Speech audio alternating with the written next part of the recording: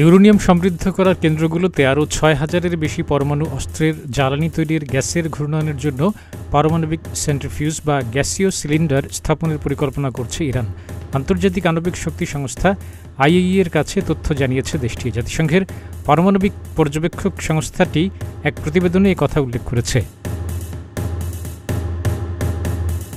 গোপনীয় ওই প্রতিবেদনে ইরান কি বলতে চেয়েছে তা বিস্তারিতভাবে উল্লেখ করা হয়েছে। গত সপ্তাহে ইরানের বিরুদ্ধে আইএইএর ৩৫ রাষ্ট্রের বোর্ড অফ গভর্নেন্সের পাশ করা এক প্রস্তাবের প্রতিক্রিয়ায় অতিরিক্ত সেন্ট্রিফিউজ স্থাপনের ঘোষণা দিয়েছে তেহরান। যুক্তরাজ্য, ফ্রান্স, জার্মানি এবং যুক্তরাষ্ট্রের অনুরোধে প্রস্তাবটি পাশ হয়েছিল। উৎপাদন সক্ষমতা বাড়ানোর মানে হল ইরান আরও দ্রুত সময়ের মধ্যে নিজেদের ইউরেনিয়াম সমৃদ্ধ করতে পারবে। এতে পারমাণবিক বিস্তারের ঝুঁকি বেড়ে যাওয়ার আশঙ্কা করা হচ্ছে। পারমাণবিক অস্ত্র তৈরি করতে চাওয়ার অভিযোগ অস্বীকার করে আসছে ইরান। তবে পশ্চিমা শক্তিধর দেশগুলো বলেছে ইরান কেন ৬০% পর্যন্ত পরিশুদ্ধ ইউরেনিয়াম সমৃদ্ধ করছে তার ব্যাখ্যা দেশটি দেয়নি। পারমাণবিক বোমা তৈরি করা ছাড়া কোনো দেশ এ মানের ইউরেনিয়াম সমৃদ্ধ করে না, কারণ ৬০% পরিশুদ্ধতার মানটি অস্ত্র তৈরির মানের খুব কাছাকাছি।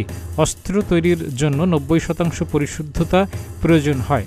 নতুন সেন্ট্রিফিউজের ক্ষেত্রে ইরান ৫% পরিশুদ্ধতার কথা বলেছে, যা ৬০% থেকে অনেক কম। বিশুদ্ধতা কম হওয়ার বিষয়টিকে ইরানের সমঝোতামূলক পদক্ষেপ হিসেবে দেখা হচ্ছে। মার্কিন প্রেসিডেন্ট হিসেবে ডোনাল্ড ট্রাম্প দায়িত্ব গ্রহণের আগেই ইউরোপীয় শক্তিধর দেশগুলোর সঙ্গে মতৈক্যের জায়গাগুলো খুঁজে বের করতে চাইছে ইরান। অবশ্য পরবর্তী সময় সহজেই ইউরেনিয়াম সমৃদ্ধকরণের মাত্রা পরিবর্তন করতে পারবে দেশটি। এমনিতেই এখন ইরানের ২ ভূগর্ভস্থ কেন্দ্র নাতানজ এবং ফরডোতে এবং নাতানজে মাটির উপরিভাগের একটি পাইলট কেন্দ্রে ১০,০০০-এর বেশি সেন্ট্রিফিউজ আছে। এখন তারা আরও ৬,০০০-এর বেশি সেন্ট্রিফিউজ স্থাপন করতে চাইছে।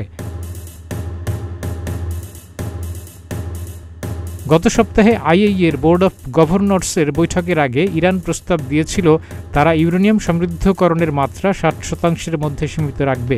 তবে কূটনীতিকরা বলছেন এজন্য বোর্ড অফ গভর্নর্সকে শর্ত দিয়েছিল ইরান। দেশটির বিরুদ্ধে প্রস্তাব পাশ না করার শর্ত ছিল। তবে আইএইএ যাচাই করে দেখেছে ইরান ইউরেনিয়াম সমৃদ্ধকরণের মাত্রা ধীর করেছে। তারা সঠিক পথে আছে বলে উল্লেখ করা হয়েছে।